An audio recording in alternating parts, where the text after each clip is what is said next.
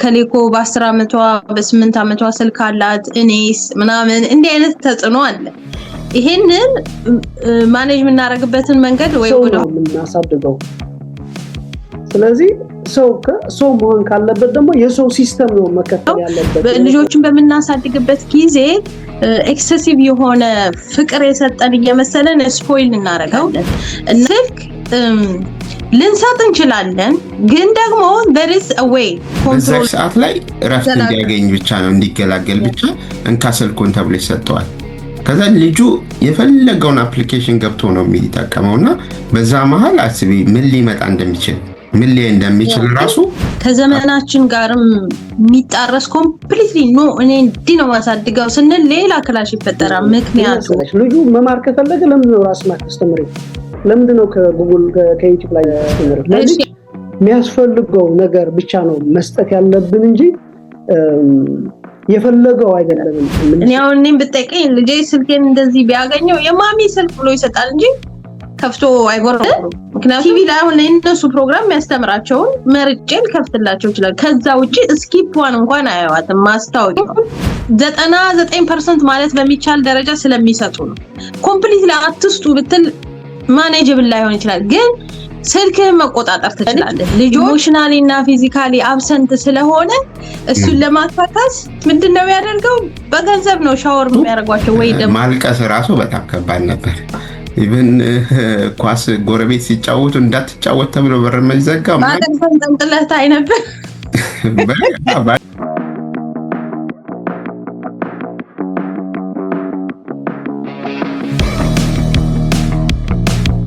ሰላም ሰላም፣ ጤና ይስጥልን ውድ የአሁን ፖድካስት ተመልካቾቻችን፣ እንዲሁም ባልደረቦቼ ናቲ ኢሱ እንዴት ናችሁ? ሰላም ናችሁ? እንዴት ነሽ? እንዴት ናችሁ ተመልካቾቻችን?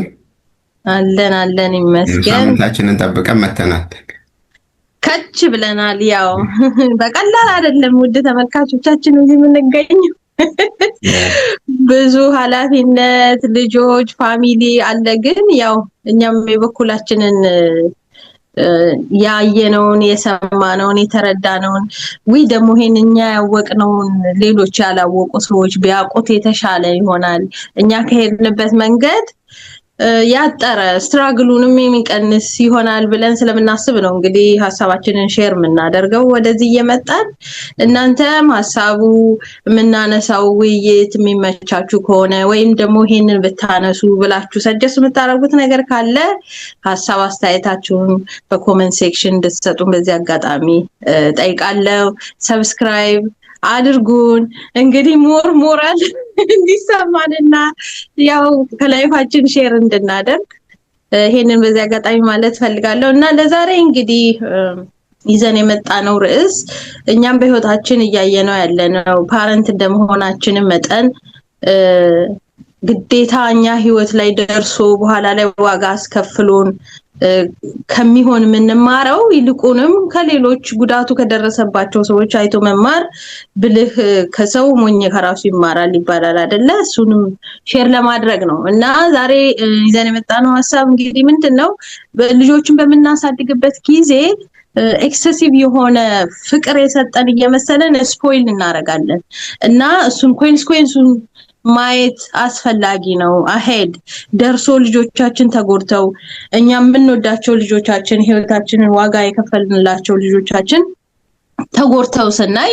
እንግዲህ ሰው በልጁ ከተፈተነ ከዛ የበለጠ የሚሰብር ወደኋላ የሚያስቀር የሚጎዳ ነገር የለምና እሱን ለማሳየት ነው የምንሞክረው። እንግዲህ ትዝብታችንን ኤክስፒሪየንሳችንን እኛም ወድቀን የተነሳንበትም ካለ እሱን ነው ሼር የምናደርገው። እንግዲህ አብራችሁን ቆዩ። ናቲ ወላጅ በጣም የሚገርም ነገር ነው ያነሳሽው። ሪሊ መነጋገር ያለብን ሐሳብ ነው። በተለይ እንደ ወላጅ እና ከዘመኑም ጋር እንዴት አድርገን ልጆች ማሳደግ አለብን የሚለውን በደንብ ማየትና መፈተሽ ያለብን ይመስለኛልና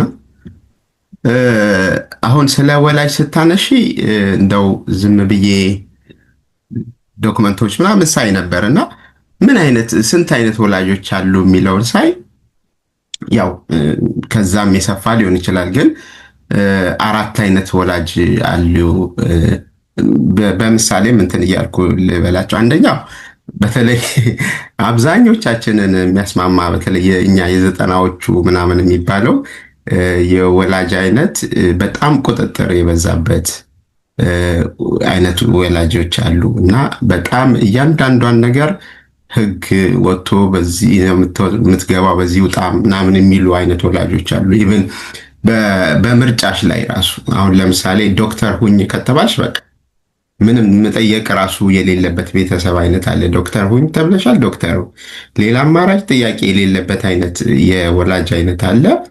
ያ የራሱ ጉዳትም አለ የሚያመጣው። ልጆች በራሳቸው የሚተማመኑ አይሆኑም።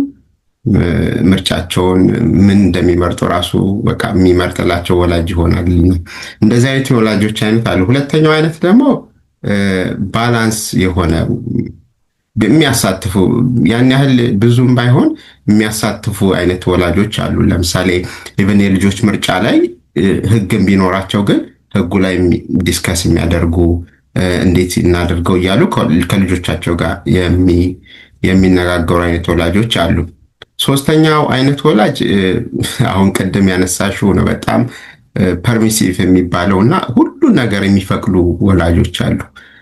ልጁን በቃ ልጄ እኔ ያላገኘሁትን ያገኝ በሚል በተለያየ ምክንያቶች ገንዘብም ቴክኖሎጂውንም ቁሳቁሱንም ምንም ነገር የተጠየቁትን ሁሉ የሚያደርጉ ወላጆች አሉ።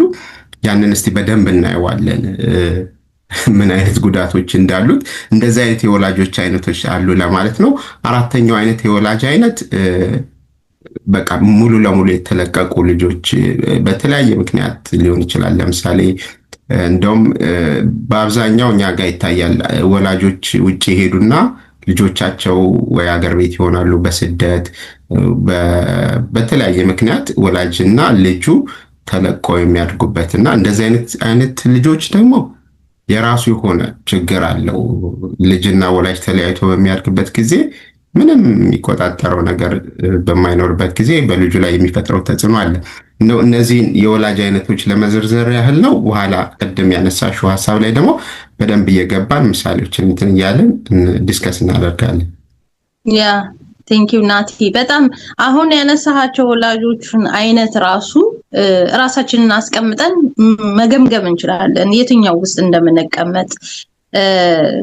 ከምንም በላይ አሁን መጨረሻ ላይ ያልከው አይነት ወላጅ ማለት ነው። ለምሳሌ ከልጁ ጋራ በስራ ምክንያት ሊሆን ይችላል፣ በኑሮ ሁኔታ አጠገብ የሌለ ልጅ ኢሞሽናሊ እና ፊዚካሊ አብሰንት ስለሆነ እሱን ለማካካስ ምንድነው ያደርገው?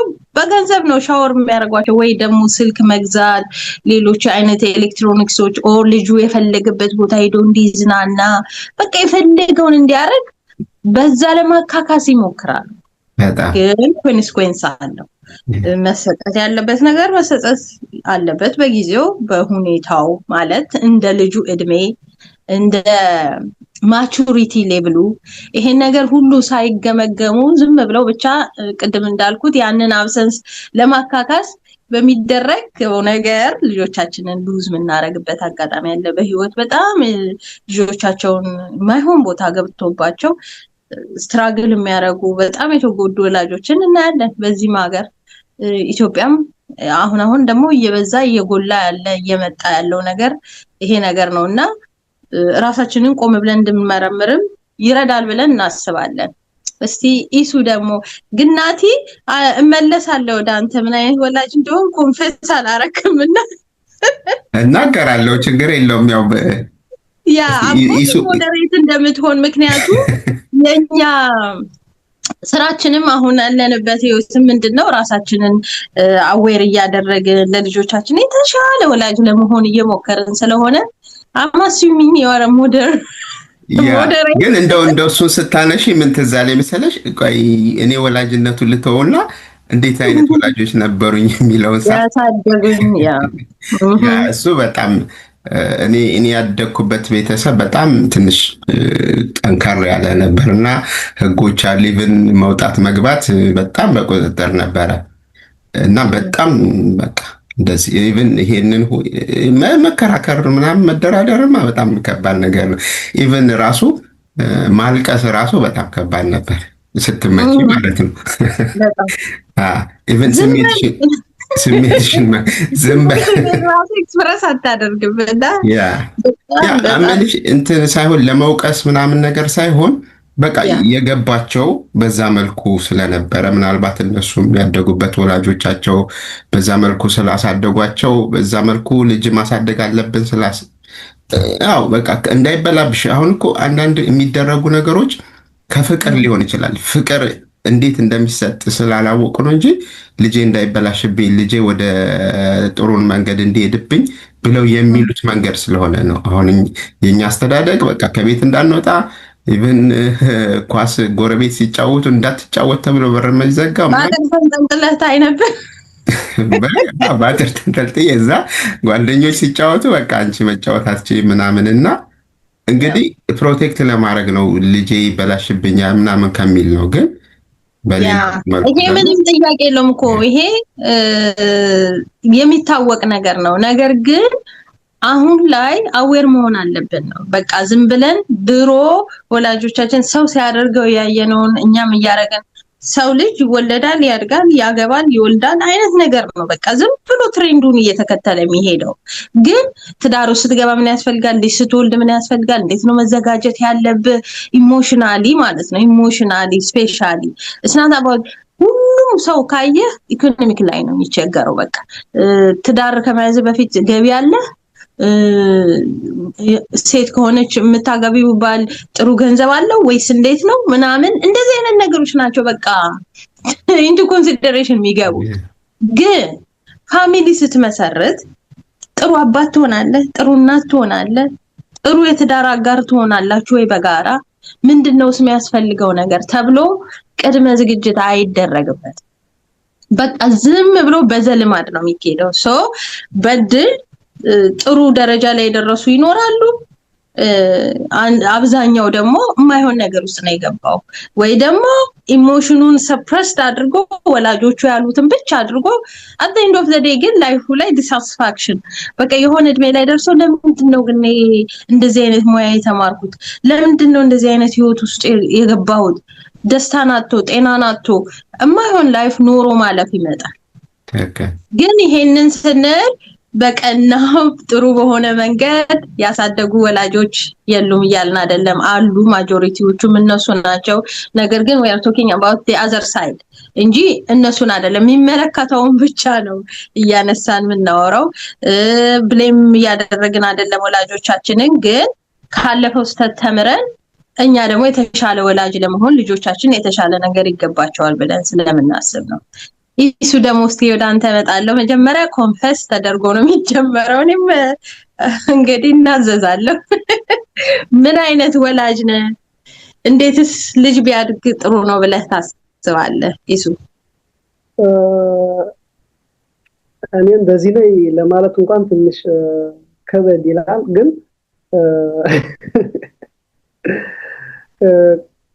የሚፈልገው ነገር ቢያወራ ይሻለኛል። ማለት አንዳንዴ የምትፈልገው ለታደርገው ትችላለህ፣ ግን ፍላጎት ይቀድማል እና ምን መሆን አለበት? አንድ ልጅ ለምሳሌ ሁሌ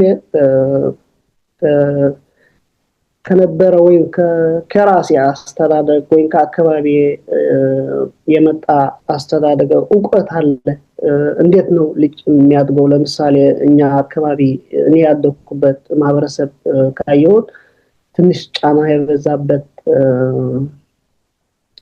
አስተዳደግ ነው። ማለት ሁሉ ትዕዛዝ አለ ወይም ራሱ ካልቸሩ ራሱ ዲፕሬሲቭ ያደርጋል ሰውን እንደዛ ነውና ከዛ የተነሳ እኔ አሁን እዚህ ያለው ነገር ሲያየው ሰው በጫና ስላደገ ልጅ እንደዛ መሆን የለበትም፣ እንደፈለገ መኖር አለበት፣ ለሱ ነው የሚኖረው፣ ለልጄ ነው የሚኖረው፣ የሰራሁት ያለሁት ለልጄ ነው ተብሎ ለልጅ ከመጠን በላይ ነፃነት የሚሰጡ ወላጆች አያለው።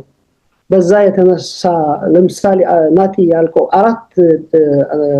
በአራት አድርገህ ከፍለው ስታወራ ከዛ በብዛት ሁለቱም ደህና ናቸው። በሁለቱም ያለው ችግር ለምሳሌ ገንዘብ እንደ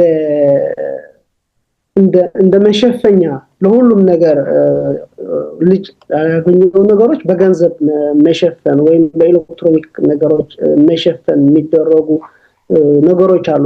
እነዛ ነገሮች እኔ በደንብ ነው የምቃወማቸው።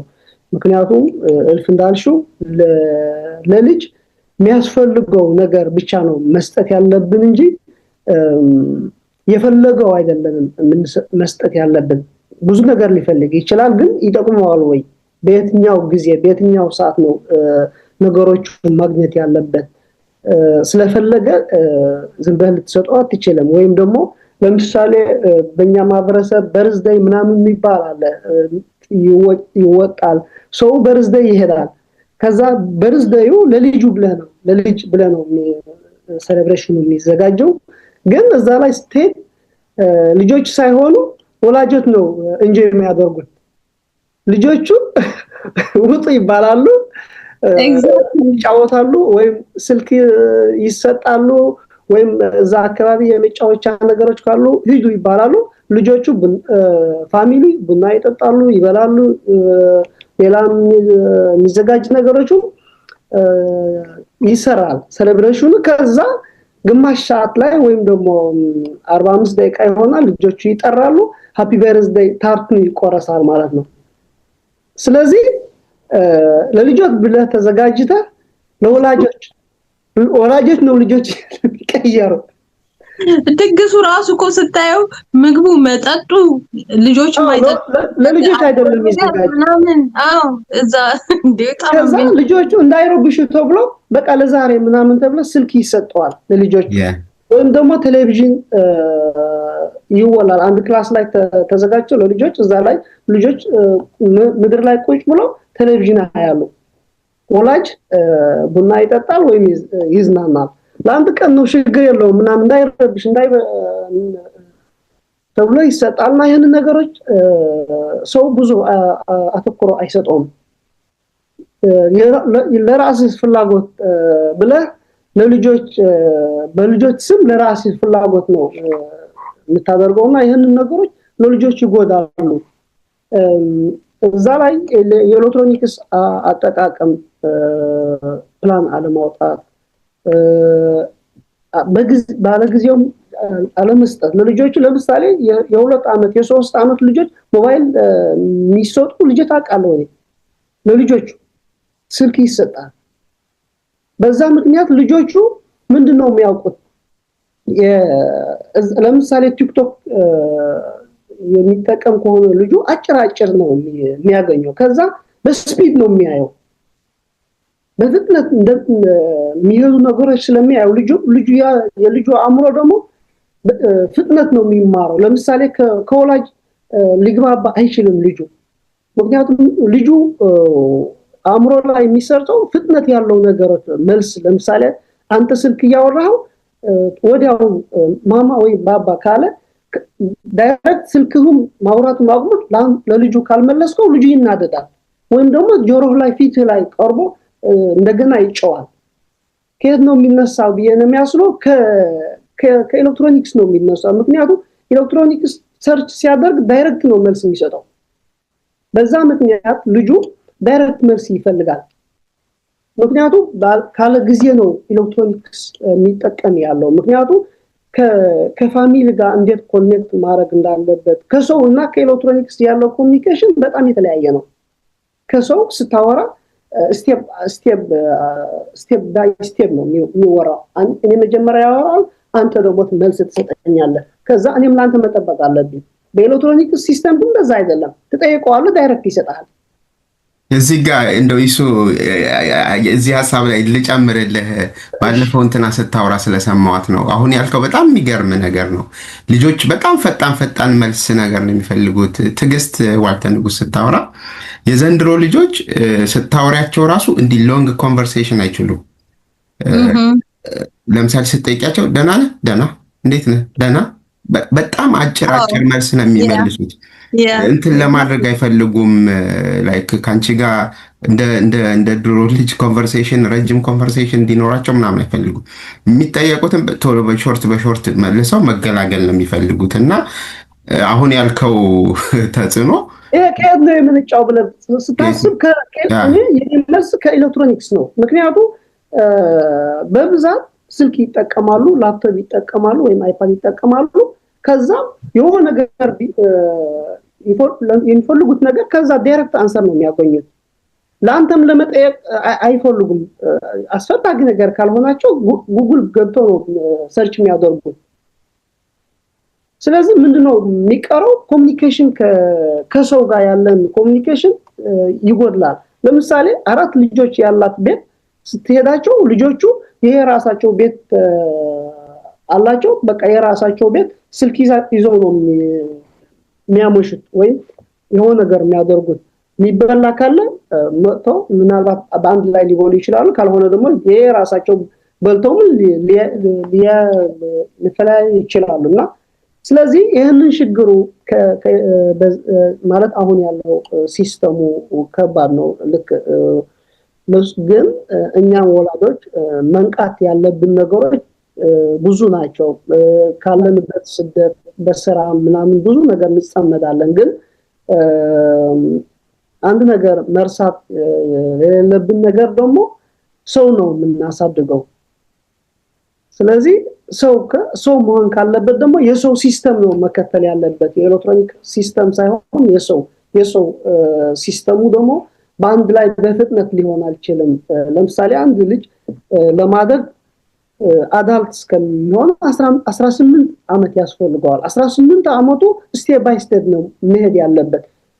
18 ሳይደርስ የ18 ነገሮች ማየት የለበትም ወይም ደግሞ የ18 ሲስተሞች ማወቅ የለበትም ልጁ። 5 ዓመት ከሆነ 5 ዓመት ነው። ግን ሞባይል እጁ ላይ ካለ ሁሉም ነገር ማየት ይችላል። የ3 ዓመት ልጅ ስልክ እጁ ላይ ካለ ወይም የ4 ዓመት ልጅ እጁ ስልክ ላይ ካለ ሁሉም ነገር ማየት ይችላል። ምክንያቱም ስልኩ ሁሉም ይሰጣል። ዋናው ግን እኔ በጣም ያተኮርኩት ነገር በቃ ፍጥነቱ በጣም ይገርመኛል። ዝም የሆነ ቦታ ላይ የሆነ ፋሚሊ ጋር ሲሄድ የልጆቹ ፍጥነት በጣም ይታያል። እዚህ ጋር ግን እኔ አሁን አንድ ማንሳት የምፈልገው ነገር ማለት ነው አንዳንዴ ከዘመናችን ጋርም የሚጣረስ ኮምፕሊትሊ እኔ እንዲህ ነው ማሳድገው ስንል ሌላ ክላሽ ይፈጠራል። ምክንያቱም ፒር ግሩፕ ተጽዕኖ ስላለ ማለት ነው።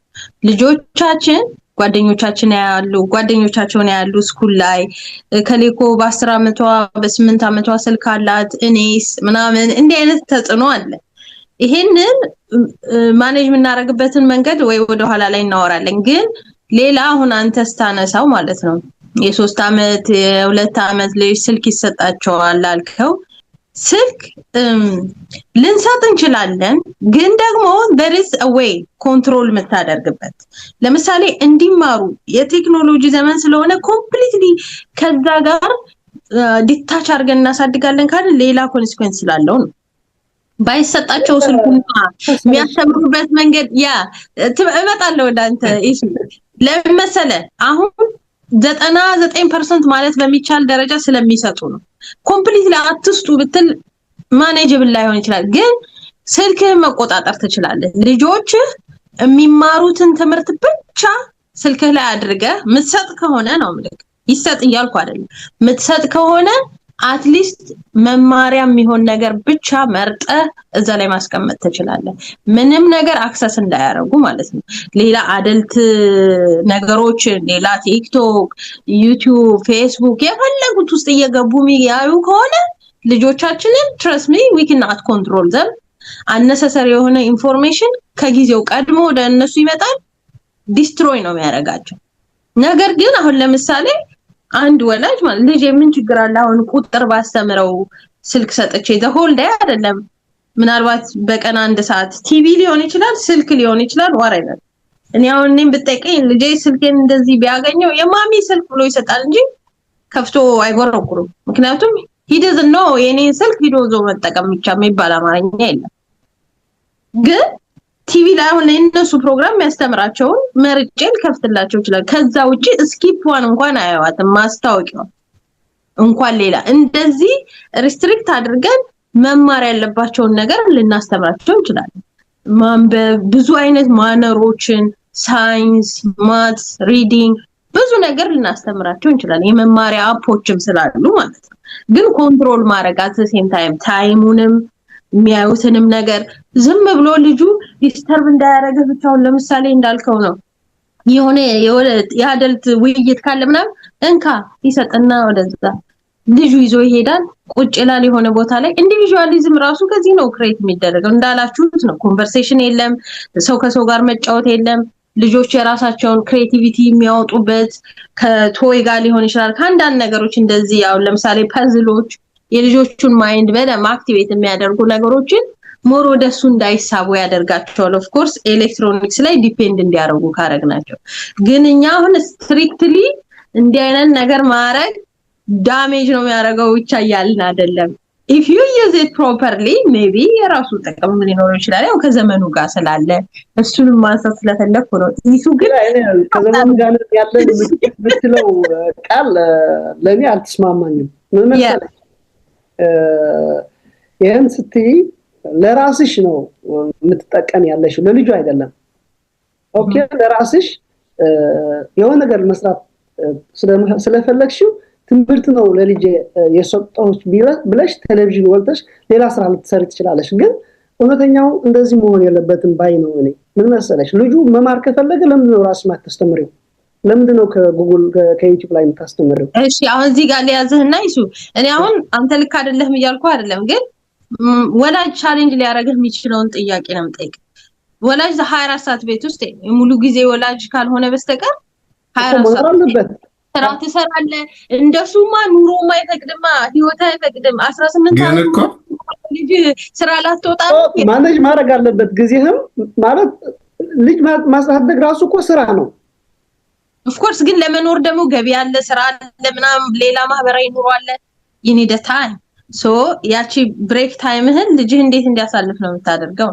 ግን አብዛኛው ሰው ግን እልፍ እንደምትየው አብዛኛው ሰው አሁን ለምሳሌ አንቺ እንደምታደርጊው ለልጆቹ እንዲ ኮንትሮል ማድረግ ያስፈልግ አዘጋጅቶ ምናምን አይደለም ያደርገው ቀደም አሁን ያነሳው የበርዝዴው ጊዜ የራሳቸውን ስልክ ነው የሚሰጡ እኔ በጣም ብዙ ሰው ስላየሁ ነው የራሳቸውን ስልክ ነው የሚሰጧቸው ለልጆቻቸውና ልጆች የራሳቸው ደግሞ ማለት ያው የአዳልት እንትን ነው የሚያዩት ነገር እና ልጆቹ እኔ አይቻል በጣም ህፃን ልጆች 2 3 4 ዓመት ልጆች ሰጥቷቸው ቲክቶክ እንዲስክሮል እያደረጉ ሲያዩ አስቢ እና በቃ የሚፈለገው አብዛኛው ወላጅ ምንድነው በዛች ሰዓት ላይ ረፍት እንዲያገኝ ብቻ ነው እንዲገላገል ብቻ እንካ ስልኩን ተብሎ ይሰጠዋል ከዛ ልጁ የፈለገውን አፕሊኬሽን ገብቶ ነው የሚጠቀመውና በዛ መሃል አስቢ ምን ሊመጣ እንደሚችል ራሱ አብዛኛው ሰው ትኩረት አያደርግም እንዳልሽው እንደዚህ በጣም ማኔጅ አድርጎት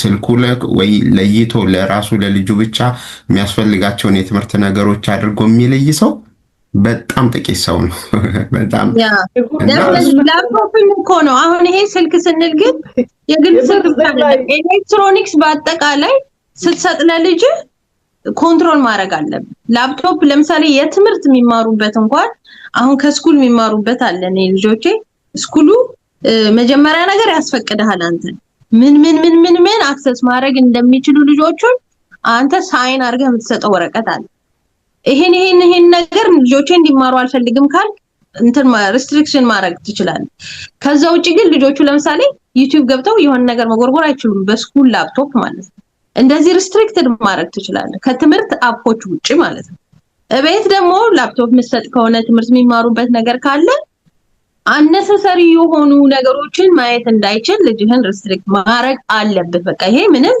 ጥያቄና መልስ የሚፈልግ ነገር አይደለም ማለት የእድሜ ሪስትሪክሽን ያስፈልገዋል የምትየው ነገሮች ያለፈ ትምህርት ላይ የደረሰ ልጅ ከሆነ ለትምህርትም ያስፈልገዋል ብቻ ኮንትሮል ማድረግ ነው የሚያስፈልገው እኔ የሚያወራው ያለው ትናንሽ ልጆች ከ4 5 በታች ያሉ ልጆች ስልክ በእኔ በኩል ስልክ ያስፈልግም ለልጅ ማለት ነው ከ4 ዓመት ለምሳሌ ከ5 ዓመት በታች ስልክ ያስፈልገው እስከ 8 ዓመት እንኳን ስልክ ሊኖረው ልጅ አይገባም ነው ስልክ ማይኖርም ያንዳንዱ ፕሮግራም የሚሰጡት ነው እንጂ ስልክ እንዲዋል እንደዚህ የራሱ ያንተ የሚጠቀም ከሆነ እኮ አለው ማለት ነው ምንም ያንቺን ስልክ የምትሰጪው ከሆነ አለው ማለት ነው። መደወል ነው እንጂ የሚቀር እሱ ማለት ነው። ኧረ ይደውላሉ የሚያነሱ ልጆች። እኔ ብዙ ቦታ እንደዛ የሚገጥመኝ ሄሎ አንዴ 100 ጊዜ ይደወልልሃል። ምን ሆነው ነው ብለህ ስትደውል ልጆች ይዘውት ነው ሲነካኩ ማለት ነው። አዎ ራሳቸው ልጆች ያነሱታል። ሃሎ ይላል ወይ ይዘጉብሃል። ይሄን ነገር ነው መቅረት ያለበት። በልጆች አካባቢ ስልክ መኖር ያለበት። ራሱ ኤሌክትሮኒክሱ ራዲዬሽኑ አፌክት ያደርጋል ለአእምሯችን ማለት ነው። የልጆች አእምሮ ከኛ እንትን ማለት ስትሬንግ አይደለም ያለው እና ራሱ ኤሌክትሮኒክሱ ሲደወል አፌክት ያደርጋል። የሱ ራዲዬሽን አእምሯችን ይገባል። ጨረርታው ማለት ነው። እሱ ራሱ አፌክት ያደርጋል። እሺ ውድ የአሁን ፖድካስት ተከታታዮቻችን እንግዲህ እስካሁን ያዳመጣችሁት ውይይታችን የተወሰነ ሐሳብ ይጭራል በእናንተ ላይ ብለን ተስፋ እናደርጋለን። እንቀጥልበታለን። ሞር ምን ብናደርግ ጥሩ ነው? ወላጆችስ ይሄንን የሚያደርጉት ለምንድን ነው? መፍትሄውስ ምንድነው? በልጆቻችንስ ላይ ያለው ኮንሲኩዌንስስ ምንድነው የሚለውን ነገር ለማሳየት እንሞክራለን በክፍል 2። ጠብቁን። እስከዛው ሰላም ሁኑ። ቻው።